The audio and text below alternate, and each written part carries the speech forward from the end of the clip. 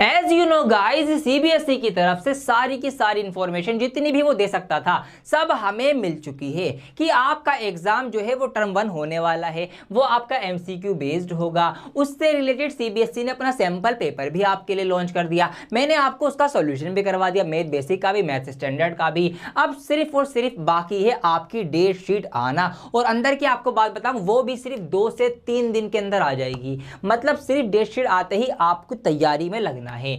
अब मैंने क्या किया इन दिनों दोस्तों, मैं इन दिनों लगा हुआ था रिसर्च के अंदर आपके लिए। मैंने रिसर्च करी, सीबीएसई के सैंपल पेपर को एनालाइज किया, एक्सपर्ट से बात की, और सब कुछ मैंने जो भी सीखा था वो सब निचोड़ कर मैंने आपके लिए लगा दिया और मैं कुछ लेकर आया हूं। जी हां, मैं आज लेकर आया हूं मैथ्स बेसिक और मैथ स्टैंडर्ड दोनों के लिए ही चैप्टर वाइज ये बताने आया हूं कि कौन कौन से क्वेश्चंस पूछे जाएंगे। जी हां, मैं आपको वो क्वेश्चंस बताने जा रहा हूं जो कि टॉप मोस्ट प्रायोरिटी पर मैंने रखे कि इस टाइप के क्वेश्चंस या ऐसे क्वेश्चंस आपके एग्जाम में पूछे जाएंगे। तो इसीलिए आज की ये वीडियो मैथ्स बेसिक हो या मैथ स्टैंडर्ड हो, अगर आप बोर्ड एग्जाम की तैयारी कर रहे हैं तो आज की ये वीडियो आपके लिए बहुत ज्यादा जरूरी है। मैं चैप्टर वाइज आपको बताऊंगा कि कौन से चैप्टर के अंदर से कौन से क्वेश्चंस 100% आएंगे। मतलब इतनी तगड़ी रिसर्च करके लाया हूं ना, तो आपके लिए बहुत ज्यादा हेल्पफुल साबित होगी, इसीलिए ये वीडियो पूरी देखिएगा। आइए शुरू करते हैं आज की वीडियो। स्वागत है आप सभी का आपके फेवरेट चैनल डियर सर में।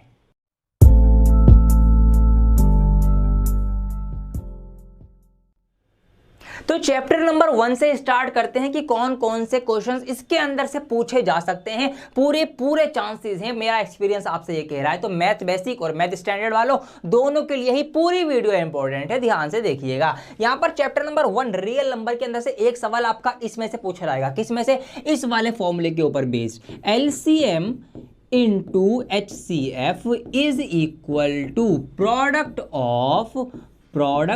of two numbers. ये एक फॉर्मूला चैप्टर नंबर 1 में आपने पढ़ा होगा। इसका मतलब ये है कि प्रोडक्ट ऑफ टू नंबर्स, कोई से भी दो नंबर की गुणा, उनकी मल्टीप्लाई, कोई भी दो नंबर हो सकते हैं। लेट सपोज ए हो गया, एक बी हो गया, उनकी जो गुणा होती है, मल्टीप्लाई होती है, वो बराबर होती है, इक्वल होती है किसके? उन्हीं दो नंबर के एलसीएम और एचसीएफ की मल्टीप्लाई के। तो इसके ऊपर एक सवाल आपका बनेगा ही बनेगा। अब इसके ऊपर भी 3 टाइप के सवाल बन सकते हैं, मतलब वो एक सवाल आपसे 3 तरीके से पूछा जा सकता है। कैसे कैसे पूछा जा सकता है मैं आपको थोड़ा सा और एक्सप्लेन करूंगा। देखिए, पहला तरीका ये हो सकता है कि आपको एलसीएम दे दे कि भैया किसी दो नंबर का एलसीएम इतना है और वो दोनों नंबर इतने इतने, वो दोनों नंबर दे दे और आपसे पूछ ले जाए कि भैया उनका वो बताओ एचसीएफ।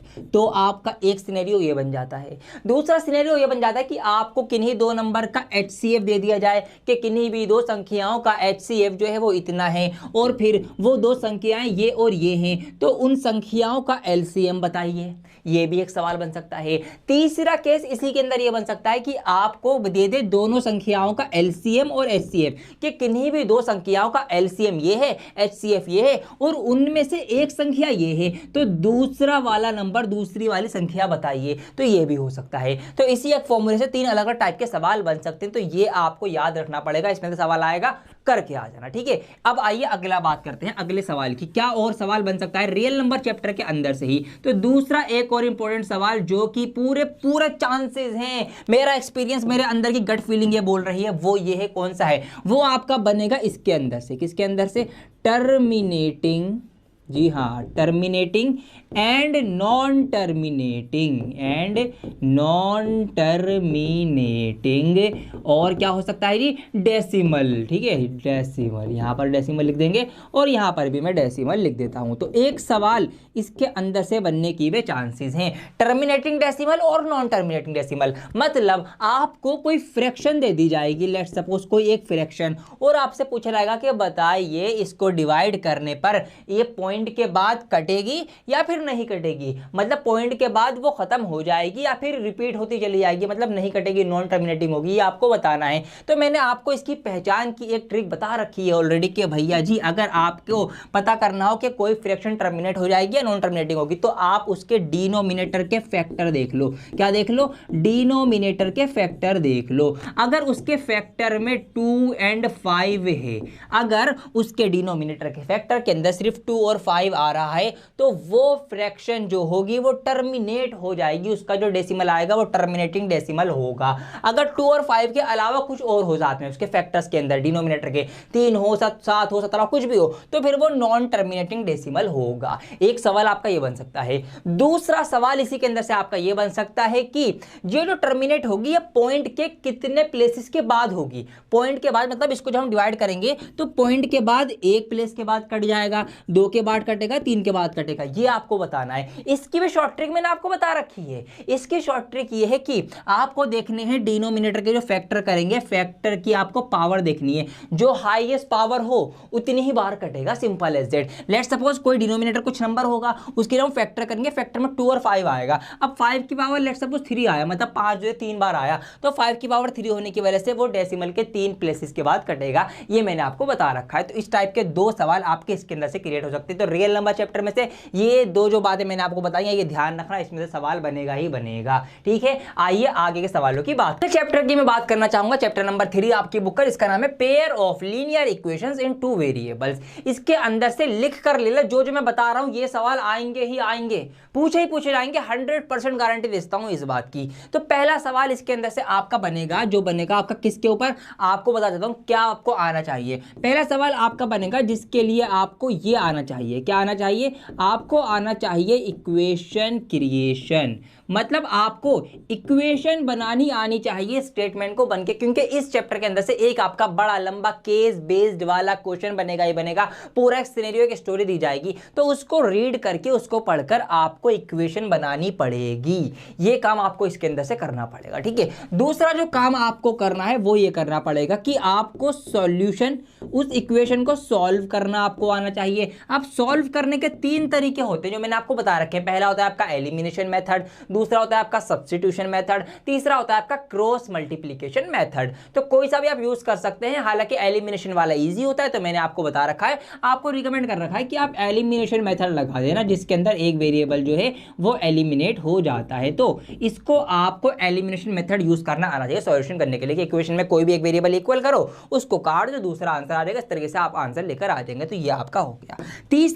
तीसरा सवाल जो आपका इसी चैप्टर के अंदर से बनेगा वो आपका ये बनेगा, कौन सा बनेगा, वो आपका बनेगा वैल्यू ऑफ के का मान ज्ञात करो। ये सवाल आपका आएगा ही आएगा। 2 इक्वेशन आपको दे रखी होंगी, ठीक है, पेयर की बात चले तो 2 इक्वेशन आपको दे रखी होंगी सवाल में कि ये दोनों इक्वेशन है, इसके अंदर आपका किसी ना किसी इक्वेशन में के होगा, के की वैल्यू बताओ, कुछ कंडीशंस दी होंगी इस तरीके से, इस 2 इक्वेशन में के की वैल्यू बताओ इफ, अगर वो दोनों इक्वेशन जो है वो उनका यूनिक सॉल्यूशन है, मतलब उनका एक यूनिक हल है। एक यूनिक हल कब होता है कि जब इक्वेशन की जो दोनों लाइनें होती हैं, ये आपको पता रखा है, मैंने कई बार बता रखा है कि हमेशा ये लीनियर इक्वेशन की 2 स्ट्रेट लाइन बनती है, तो जब दोनों लाइनें एक दूसरे को एक बार काटती हैं तो ये होता है आपका यूनिक सॉल्यूशन। तो आपको इस तरीके से कंडीशन दी जाएंगी कि के की वैल्यू बताओ, अगर ये दोनों लाइनें जो है इनका यूनिक सॉल्यूशन है, या इनका नो सॉल्यूशन है, या इनका इनफाइनाइट मेनी सॉल्यूशन है, तो आपको इनमें से कोई सी कंडीशन दी जाएगी और आपको बताना पड़ेगा फिर के की वैल्यू। तो इनकी कंडीशंस की पहचान भी मैंने आपको बता रखी है, वो पहचान का यूज करके आप इनका आंसर निकालेंगे।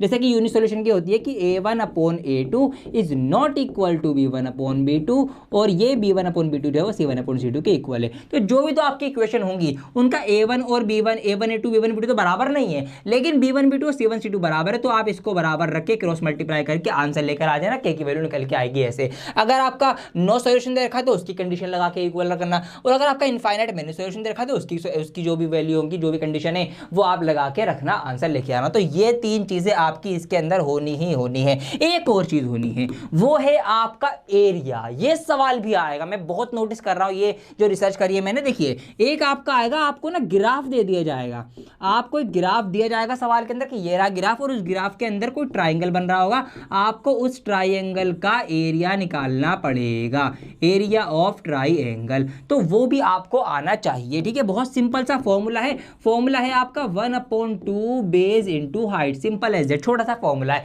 कैसा सवाल आएगा, एक ग्राफ होगा, 2 लाइनें हैं ना, तो एक लाइन लेट सपोज ये आ गई, एक लाइन ये आ गई, तो इस तरीके से अब यहाँ पर आप देख सकते हैं कि ये ग्राफ बन गया, यहाँ पर एक ट्राइंगल बन गया, यहाँ पर ये देखिए इस तरीके से। तो इस ट्राइंगल का एरिया क्या होगा, तो इसका बेस ये हो जाएगा, ये इसकी हाइट हो जाएगी, निकल जाएगा। लेट सपोज ये तो एक्स एक्सिस पे था, सवाल ध्यान से पढ़ना, हो सकता है वाई एक्सिस से पूछ ले, तो फिर आप क्या करेंगे, फिर आप देखेंगे वाई एक्सिस वाला ट्राइंगल, ये वाला ट्राइंगल। तो ये चीज़ आपको ध्यान रखनी है। एक सवाल ये वाला भी आपको मिलने ही मिलने वाला है, लिख कर ले लो ये बात। तो एक सवाल आपका ये भी बनेगा इस चैप्टर के अंदर से, ये सवाल आपके बनेंगे, इनकी तैयारी आप कर लीजिएगा। आइए आगे के सवालों की बात करते हैं। अब सबसे इंपॉर्टेंट चैप्टर जिसके लिए आप डरे पड़े हैं, ट्रिग्नोमेट्री कैसे करेंगे, कैसे आएगा, क्या सवाल आएंगे, बता देता हूं। इस चैप्टर के अंदर से 1 से 2 सवाल, बल्कि 3 भी, 2 सवाल तो मान ही लो जिसके लिए आपको क्या, किसकी जरूरत पड़ेगी, जिसके लिए आपको जरूरत पड़ेगी एक टेबल की। जी हाँ, कौन सी टेबल है वो है ट्रिग्नोमेट्री टेबल की, जो इसके एंगल वाली जो वैल्यूज होती हैं ट्रिग्नोमेट्री की टेबल की, वो आपको जरूरत पड़ने वाली है। मतलब उसके ऊपर आपके 2 सवाल रखे। अगर आपको वो टेबल याद है, कौन सी टेबल की बात कर रहा हूं मैं इस वाली टेबल की बात कर रहा हूं, जिसको मैंने आपको पढ़ा चुका हूं ऑलरेडी। ये जो टेबल है आपकी ट्रिग्नोमेट्री की, इसके ऊपर वैसे वीडियो को बता दूं, आपके सबसे ज्यादा व्यूज है पूरे यूट्यूब पे इस वीडियो के ऊपर, ट्रिग्नोमेट्री की टेबल के ऊपर। ये टेबल की जो भी वैल्यूज है, अगर आपको ये याद है तो 2 से 3 सवाल आपको मिलेंगे ऐसे, जहां पर सिर्फ और सिर्फ कुछ नहीं करना आपको। उन सवालों के अंदर यहां पर जो भी वैल्यूज है साइन कोसाइन कोड की, सिर्फ एंगल की वैल्यूज रखनी है और आपके आंसर आ जाएंगे। इतना आसान। तो 2 से 3 सवाल ये टेबल ही आपको सॉल्व करवा देगी, तो इसलिए आपको ये याद होनी चाहिए ही चाहिए। दूसरी चीज इसमें से आ रही है इस चैप्टर के अंदर से, जो मैंने नोटिस करी है, वो आपके कुछ फॉर्मूले हैं ये वाले। एक मैं लिख देता हूं, बाकी की मैं आपको दिखा दूंगा। Sign square theta plus cos square theta जो होता है वो इक्वल टू 1 होता है, 1 के बराबर होता है। इस फॉर्मूले के ऊपर काफी सारे क्वेश्चंस मैंने नोटिस कर लिए कि आ रहे हैं। इसको थोड़ा सा मॉडिफिकेशन भी कर सकते हैं, जैसे कि यहां पर ये cos स्क्वायर जो है प्लस में, तो उधर जाके 1 माइनस हो जाएगा इस तरीके से। तो यहां पर मैं आपको इसकी भी एक झलक दिखाना चाहूंगा, कुछ ये है, ठीक है। इसको मैं थोड़ा सा छोटा कर देता हूं टेबल को, और इसको थोड़ा सा मैं बड़ा कर देता हूं। तो ये वाले जो फॉर्मूले अब आपको यहां पर दिख रहे हैं, ये वाले sine square theta plus cos square theta is equal to 1 होता है। इससे ही चेंज करके थोड़ा मॉडिफाई करके ये 2 फॉर्मूले बन गए इस तरीके से, ये वाले फॉर्मूले। तो ये जो फॉर्मूले हैं आपके यहाँ पर, आपको अलग से भी दिखा दूंगा मैं एडिटिंग से। ये फॉर्मूले आपके काफी ज्यादा बार यूज हुए हैं, तो चांसेस है कि इस वाले फॉर्मूले का आपके ट्रिग्नोमेट्री क्वेश्चंस के अंदर यूज हो ही हो, और इसके ऊपर आपके क्वेश्चंस बनेंगे। ये आपको ध्यान रखना है। तीसरी चीज एक और है, वो है आपकी, वैसे वो इस चैप्टर की नहीं है लेकिन मुझे अभी याद आ गई, तो वो आप यहीं पर लिख लीजिए। वो है आपकी एक, यहां पर अलग से मैं हाईलाइट कर देता हूं उसको येलो कलर से, पाइथागोरस थ्योरम। पाइथागोरस थ्योरम ये आपकी एक ऐसी थ्योरम है जिसके ऊपर आपको कम से कम 1 से 2 सवाल देखने को मिलेंगे ही मिलेंगे। ट्राइंगल बन रहा होगा, कोई कंडीशन दे रखी होगी, पेड़ टूट के गिर गया, कुछ खंबा गिर गया, पता नहीं कुछ हो गया, बिल्डिंग गिर गई, पता नहीं क्या क्या हो जाएगा। 2 सवाल आपको मिल सकते हैं जिसके अंदर पाइथागोरस थ्योरम बनेगी, आपको लगानी पड़ेगी। राइट एंगल ट्राइंगल बन रहा होगा तो पाइथागोरस थ्योरम पता होना चाहिए। बहुत ही आसान है यार, आराम से लगा के सॉल्व कर लेना। लेकिन 100% बोल रहा हूं ये बात कि इसका सवाल आपको देखने को मिलेगा ही मिलेगा, ये बात की गारंटी मैं दे सकता हूं आपको। तो ये आपके सवाल जो आपको ट्रिग्नोमेट्री चैप्टर के अंदर से बनाने हैं। एक और बड़ा चैप्टर जो कि पॉलिनोमियल है आपका, चैप्टर नंबर 2। इसके अंदर से एक बड़ा सवाल, एक बड़ा case based question, situational based, एक पूरी कंडीशन दी गई होगी, एक सवाल आएगा ही आएगा, इस बात की गारंटी मैं आपको दे देता हूं दोबारा से। पॉलिनोमियल के अंदर से क्या क्या चीजें होंगी, सबसे पहले आपको पता होना चाहिए, क्या पता होना चाहिए, पॉलिनोमियल को आपको सॉल्व करना आना चाहिए, मतलब फैक्टर करना आना चाहिए। कोई भी पॉलिनोमियल लिखा हुआ है, लेट्स सपोज ये लिखा हुआ है x का स्क्वायर प्लस 3x और प्लस 2, ये आपका लिखा हुआ है लेट्स सपोज, इसके आपको फैक्टर निकालना आना चाहिए। तो आपको फैक्टर निकालना मतलब आपको उसके फैक्टराइजेशन आना चाहिए और आपको उसको सॉल्व करना आना चाहिए। अच्छा, जब एक क्वाड्रेटिक पॉलिनोमियल को जब हम सॉल्व करते हैं तो उसके 2 सॉल्यूशन आते हैं, ठीक है, 2 जीरोज आते हैं, 2 हल आते हैं आप, ठीक है, जीरोज हल सॉल्यूशन यही सब उसके नाम है। तो आपको ये भी पता होना चाहिए कि उसका सम ऑफ जीरोज, इसके ऊपर आपका सवाल बनेगा। कैसे बनेगा बताता हूं अभी। सम ऑफ जीरोज आपका होता है, मतलब एक जीरो मान लो, एक हल उसका अल्फा आया, एक हल उसका बीटा आया, तो अल्फा प्लस बीटा, जिसको हम बोल देते हैं -b/a, ठीक है। ABC आपको पता है ना, ABC जो उसकी स्टैंडर्ड फॉर्म होती है उसके अकॉर्डिंग जो हम लिखते हैं। दूसरा आपको पता होना चाहिए इस चैप्टर के अंदर से प्रोडक्ट ऑफ जीरोज, हल का प्रोडक्ट क्या होगा। प्रोडक्ट का मतलब अल्फा एक सॉल्यूशन है, एक बीटा सॉल्यूशन, दोनों की मल्टीप्लाई जो कि होती है c/a के बराबर, ये आपको पता होना चाहिए। सवाल देखिए, अब सवाल आपका एक बनेगा कि आपको जीरोस दिए जा सकते हैं। आपका 1 नंबर में सवाल आ जाएगा कि 2 जीरोस के कोई एक पॉलिनोमियल है, क्वाड्रेटिक पॉलिनोमियल, उसके ये दोनों हल है, कोई से भी आपके हल दे दिए, कोई सॉल्यूशन दे दिए, तो वो पॉलिनोमियल क्या होगा। तो आपको पॉलिनोमियल को क्रिएट करना भी आना चाहिए। तो कैसे क्रिएट होता है, वो इस तरीके से क्रिएट होता है, एक्स का स्क्वायर लिखेंगे आप, ठीक है, माइनस यहाँ पर आप लिखेंगे अल्फा प्लस बीटा, मतलब सम ऑफ जीरोस एक्स के साथ लिखेंगे और प्लस अल्फा इंटू बीटा और प्रोडक्ट ऑफ जीरोस बाद में लिखेंगे, ठीक है। तो ये आपका हो जाएगा इस फॉर्म के अकॉर्डिंग। आप उन दोनों जीरोस का सम निकालना, उनका प्रोडक्ट निकालना, प्रोडक्ट यहाँ लिखना, सम यहाँ एक साथ लिखना और एक्स स्क्वायर लगाना, ये आपका वो पॉलिनोमियल क्रिएट हो जाएगा। अब बड़ा जो सवाल आएगा केस बेस्ड वाला, उसके अंदर क्या केस बनेगा, क्या सिचुएशन बनेगी। आपकी सिचुएशन बनेगी, देखिए केस बेस्ड जो भी क्वाड्रेटिक पॉलिनोमियल होता है इसका एक पैराबोला बनता है। तो आपको सिचुएशन दी जाएगी इस तरीके की कि कहीं पर भी ना कोई पैराबोला बन रहा है, कोई पैराबोला के लिए क्रिएट हो रहा है इस तरीके से। मान लो कोई स्विमर कूद गया पानी के अंदर, छलांग लगा दी, ठीक है। कोई किसी ने बॉल फेंक के मारी, छक्का मारा तो बॉल ऐसे उड़ती हुई गई। कोई रैम्बो निकल आया, किसी भी तरह की कोई कहानी बना दी जाएगी तो इसमें एक पैराबोला किसी भी तरीके का बन रहा होगा। कहीं पर भी किसी ब्रिज के नीचे हो गया, किसी गुंबद के ऊपर हो गया, कहीं भी आपको देखने को मिल सकता है एक पैराबोला। उसके ऊपर आपको सिचुएशन दी जाएगी, आपको समझना पड़ेगा, फिर एक पॉलिनोमियल बनेगा, उसके फैक्टराइजेशन हो सकते हैं, उसका सम ऑफ जीरोस निकलवाया जा सकता है, उसका प्रोडक्ट ऑफ जीरोस निकलवाया जा सकता है, आपको पॉलिनोमियल पूछा जा सकता है, कुछ भी हो सकता है, ठीक है। तो ये सारी चीज़ें आपके इस चैप्टर के अंदर से आएंगी ही आएंगी 110%। तो आपको ये सब ध्यान रखना है कि आपको सॉल्यूशन करना है, फैक्टर करना आ जाए, ये सीख लो आप। सम ऑफ जीरोस मैंने बता दिया, प्रोडक्ट ऑफ जीरो बता दिया, कोई पॉलिनोमियल बनवा ले तो वो ऐसे बना देना, ठीक है। छोटी छोटी बातें हैं, इससे आपका पेपर हो जाएगा बहुत ही तगड़ा। आइए अगले चैप्टर की बात करते हैं। ट्राइंगल चैप्टर के अंदर सिर्फ 2 से 3 चीजें ही पूछी जाएंगी, उन्हीं के ऊपर सवाल बनेंगे। कौन कौन सी है वो सुन लो। पहली चीज है आपकी वही क्या, सिमिलैरिटी ऑफ ट्राइंगल। जो पहली चीज है आपकी, first one is similarity of triangle. Similarity of triangles के आपको त्रिभुज को समांतर देखना और समांतर ढूंढना आना चाहिए कि दो ट्राइंगल कब कब सिमिलर कैसे कैसे हो सकते हैं, आपको उनकी सिमिलरिटी पहचानना है। छोटे बड़े ट्राइंगल हो सकते हैं। दूसरी चीज है आपकी बीपीटी थ्योरम, जिसको आप बेसिक प्रोपोर्शनलिटी थ्योरम बोलते हो या फिर इसको आप थेल्स थ्योरम भी कहते हो, ठीक है। तो इस थ्योरम के ऊपर भी आपका बेस्ड एक डायग्राम बेस्ड क्वेश्चन होगा। मतलब एक डायग्राम, एक पिक्चर दी जाएगी आपको उसके अंदर ट्राइंगल्स मिलेंगे, उसके अंदर आपको इस थ्योरम का यूज करते हुए कोई सी एक साइड पूछी जाएगी, आपको उस दी गई साइड की हेल्प से ये थ्योरम लगा के दूसरी वाली साइड की लेंथ या बेस या जो भी चीज होगी वो पता लगानी है। एक सवाल इसका आपको मिलना ही मिलना है, लिख लो इस बात को। तो ये आपको पता होना चाहिए कैसे ये थ्योरम काम करती है, ठीक है। ये बात आपको पता होनी चाहिए कि किसी भी ट्राइंगल, दो सिमिलर ट्राइंगल के अंदर उनकी जो कोरेस्पॉन्डिंग साइड्स होती हैं उनका रेशो इक्वल होता है, ठीक है। इतनी सी बात है इस थ्योरम के अंदर। तीसरी चीज जो मैं आपको पहले बता चुका हूं वो है आपकी पाइथागोरस थ्योरम, ठीक है। वो आपका यहाँ पर आपको देखने को मिलेगी। तो पाइथागोरस थ्योरम मेरे दोस्तों प्लीज प्लीज प्लीज इसको आप तैयार कर लेना। सिंपल सी छोटी सी थ्योरम होती है कि परपेंडिकुलर और बेस का स्क्वायर का सम जो होता है वो बराबर होता है हाइपोटेनस के स्क्वायर के। ये किसी भी तरीके से आपसे पूछी जा सकती है, केस बेस में भी आ जाएगी और छोटे आपके जो सेक्शन बी वाले सवाल हैं उसके अंदर भी आपकी आ सकती है। तो ये तीन चीजें हैं आपकी, सिमिलर करना आ जाए आपको बीपीटी थ्योरम या थेल्स थ्योरम आ जाए, आपको पाइथागोरस थ्योरम आ जाए, ठीक है। कॉन्ग्रुएंसी आएगी तो कॉन्ग्रुएंसी में सब कुछ इक्वल ही होता है तो वो इतना ज्यादा मुश्किल नहीं है, लेकिन इनमें से आपका सवाल जरूर बनेगा। एरियाज रिलेटेड टू सर्कल्स, दो सवाल मान लो इसमें से आने ही आने, या तो मैथ्स बेसिक हो या मैथ स्टैंडर्ड हो, फर्क नहीं पड़ता, लेकिन सवाल आएगा।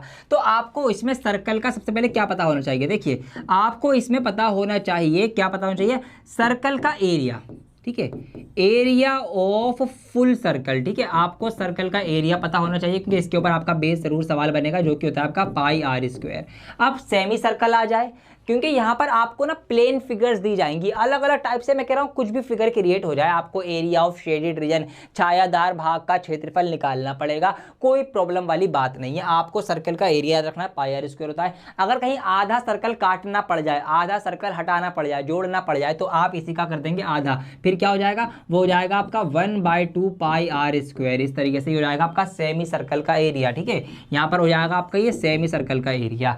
अगर आपको चौथाई पार्ट, मतलब आपको उसका भी आधे का आधा, मतलब ये तो आपका पूरा सर्कल हो गया, ठीक है। ये आप इसको काट देंगे तो आधा बन जाएगा। अगर आप इसको भी काट देंगे इस टाइप का कुछ आधा, तो इसका आपका हो जाएगा फिर 1/4 पाई आर स्क्वायर, मतलब पाई आर स्क्वायर का चौथा हिस्सा। ये एक हिस्सा ही हो जाएगा, 2 हिस्से, 3 हिस्से, 4 हिस्से, इस तरीके से पूरा एक सर्कल बन जाएगा। तो आपको ध्यान रखना है कि कितना आपको हटाना है जोड़ना है, तो इस तरीके से इसी फॉर्मूले मॉडिफिकेशन होता रहेगा। क्लियर हो गई ये बात। चलिए अब अगली जो चीज़ है इसके अंदर वो है आपको पता होना चाहिए इसका सरकमफेरेंस, ठीक है।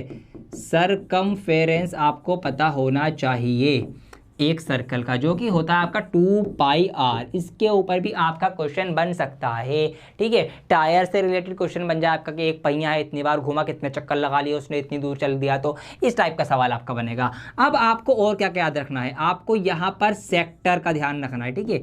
मेजर सेक्टर हो गए, माइनर सेक्टर हो गए, आपको यहाँ पर सेगमेंट के ऊपर सवाल मिलेगा, मेजर सेगमेंट और माइनर सेगमेंट। वैसे सच बताऊं तो सेगमेंट इतना मुझे ज़रूरी नहीं लग रहा है, तो इसको मैं यहाँ पे रहने देता हूँ, ठीक है, इसको मैं हटाता हूँ। सेक्टर ज़रूरी है, और एरिया ऑफ प्लेन फिगर्स, मतलब फिगर्स का कंबाइनेशन, मतलब कॉम्बिनेशन बना के फिगर को कंबाइन करके आपको यहाँ पर कुछ ना कुछ सवाल ज़रूर का ज़रूर मिलेगा ही मिलेगा। तो सिंपल है, फिगर को ध्यान से, कुछ भी फिगर बन जाए, एक आपका स्क्वायर के अंदर लेट सपोज एक सर्कल बन गया, ये वाला पार्ट आपका एरिया जो है ये आपका वो कर रखा है, शेड कर रखा है चारों तरफ। यहाँ पर आपसे पूछ ले एरिया ऑफ शेडेड रीजन बताओ, सिंपल है भैया, एक स्क्वायर के अंदर से एक सर्कल का एरिया हटा दो, माइनस कर दो, तो हम स्क्वायर के एरिया में से क्या कर देंगे, स्क्वायर के एरिया में से माइनस कर देंगे सर्कल का एरिया। सर्कल का एरिया पाई आर स्क्वायर होता है, माइनस कर देंगे स्क्वायर के एरिया में से, जो कि होता है साइड का स्क्वायर। तो इस तरीके से हमें बस सोचना है और अपना काम करना है। तो एक सवाल आपका जरूर आएगा ही आएगा। यही फॉर्मूले हैं, मोटे मोटे सेक्टर का फॉर्मूला लगा लेना और सेगमेंट का लगा लेना अगर आ जाए तो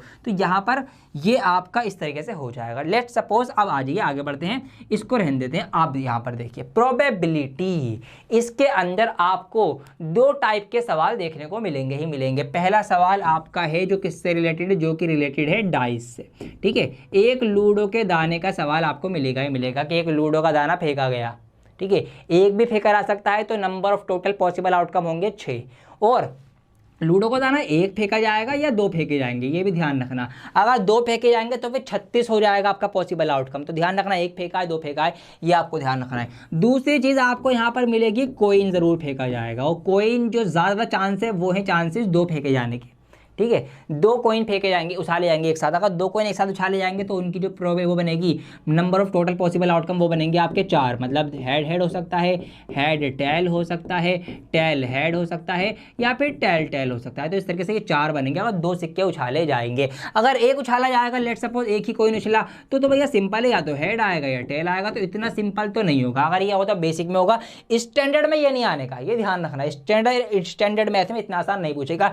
स्टैंडर्ड में या तो दो कोइन होंगे या फिर दो डाइस होंगे, ये बात को आपको ध्यान रखना है। तो अगर दो कोइन है तो आपका ये हो जाएगी पॉसिबिलिटी, अगर डाइस एक है तो एक की total number of possible outcome होंगे 6, और अगर दो है तो होंगे 36। ये आपको ध्यान रखना है। ये दो सवाल आपके प्रोबेबिलिटी के अंदर से बनेंगे। और बॉल्स का भी बन सकता है, ठीक है। कार्ड के चांसेस कम दिख रहे हैं मुझे, तो इसलिए मैं यहाँ बता नहीं रहा हूँ, लेकिन हाँ कार्ड भी बना के चलो, कार्ड भी आ सकता है। कार्ड स्टैंडर्ड वालों में ज़्यादा चांस है पूछने का, स्टैंडर्ड में प्लस केस बेस्ड। तो स्टैंडर्ड वालों आप थोड़ा कार्ड भी देख लेना, बेसिक वाले ये तो ज़रूर बनाए, क्योंकि इसके अंदर से सवाल आएगा 100% आएगा, ये बात मैं कह रहा हूँ, यकीन मान लो मेरा। इसकी आप तैयारी कर लेना, डाइस की और कॉइन की और बॉल्स वगैरह की थोड़ी सी कर लेना। बॉल्स इतना मुश्किल नहीं है भाई, जितनी बॉलें हैं वो टोटल बॉल आप देख लो, जोन सी निकालनी है उसको ऊपर रख दो, इस तरीके से आपको दिखाना है, ठीक है। तो ये आपका आएगा ही आएगा। इसमें से सवाल कुछ भी बन सकता है। डाइस में 36 है, आप कुछ भी बन सकता है कि ऐसे नंबर की प्रोबेबिलिटी निकालो, जो इवन है तो 2 4 6 लेंगे, जो ओड है 1 3 5 लेंगे, जो प्राइम है 2 3 5 लेंगे, जो कंपोजिट 4 6 लेंगे, जो 6 से ज़्यादा है 1 भी लेंगे तो 0। तो इस तरीके से बहुत सारे परमुटेशन कॉम्बिनेशन लग जाएंगे यहाँ पर सवाल बनने के, मतलब बहुत टाइप के सवाल आपके क्रिएट हो सकते हैं इस चैप्टर के अंदर, सिर्फ इसी के अंदर से। तो बहुत ज़्यादा चांसेस हैं, ठीक है। तो ये मैंने आपको बता दिया सारा का सारा कि किस चैप्टर में से कैसे सवाल बनेंगे, कैसे सवाल आएंगे, यही आना है दोस्तों, इन्हीं की आपको तैयारी करनी। अब इस बचे हुए 1-1.25 महीने के अंदर, 1-1.5 महीने के अंदर जो भी आपके पास टाइम है, कहाँ से तैयारी करेंगे? फुल चैप्टर की सारी वीडियोस मैंने ऑलरेडी आपके लिए बना रखी हैं। फुल चैप्टर सीरीज सारे कॉन्सेप्ट सिखा रखे हैं। उसके बाद बात करूँ तो मैंने दोबारा से रिविजनरी वीडियोस भी बनाएंगे, जो कि टर्म 1 के अकॉर्डिंग बना रहा हूँ मैं, वो भी आप देख सकते हैं। मैंने आपको सैंपल पेपर बेसिक का भी सॉल्यूशन दे दिया, सैंपल पेपर स्टैंडर्ड का भी सॉल्यूशन दे दिया, उनको आप देखिए, वहां से आपको हिंट मिलेगा कैसे तैयारी करनी है। साथ साथ मैं आपको और भी प्रैक्टिस के लिए सैंपल पेपर लेके आऊंगा, लेकिन उसके लिए आपको मुझे बताना पड़ेगा कि आपको उसकी नीड है या नहीं, और आपको इस वीडियो पर सपोर्ट दिखाना पड़ेगा। तो दोस्तों इस वीडियो को ज्यादा से ज्यादा लाइक कीजिए, ताकि आपको मेरा उत्साह बढ़ते हुआ दिखे, और फिर मैं आपके लिए और भी बढ़िया ऐसी काम की वीडियोस लेके आता रहूं। चैनल को सब्सक्राइब करके इस वीडियो को अपने सारे के सारे दोस्तों में ही शेयर करना बिल्कुल ना भूलें।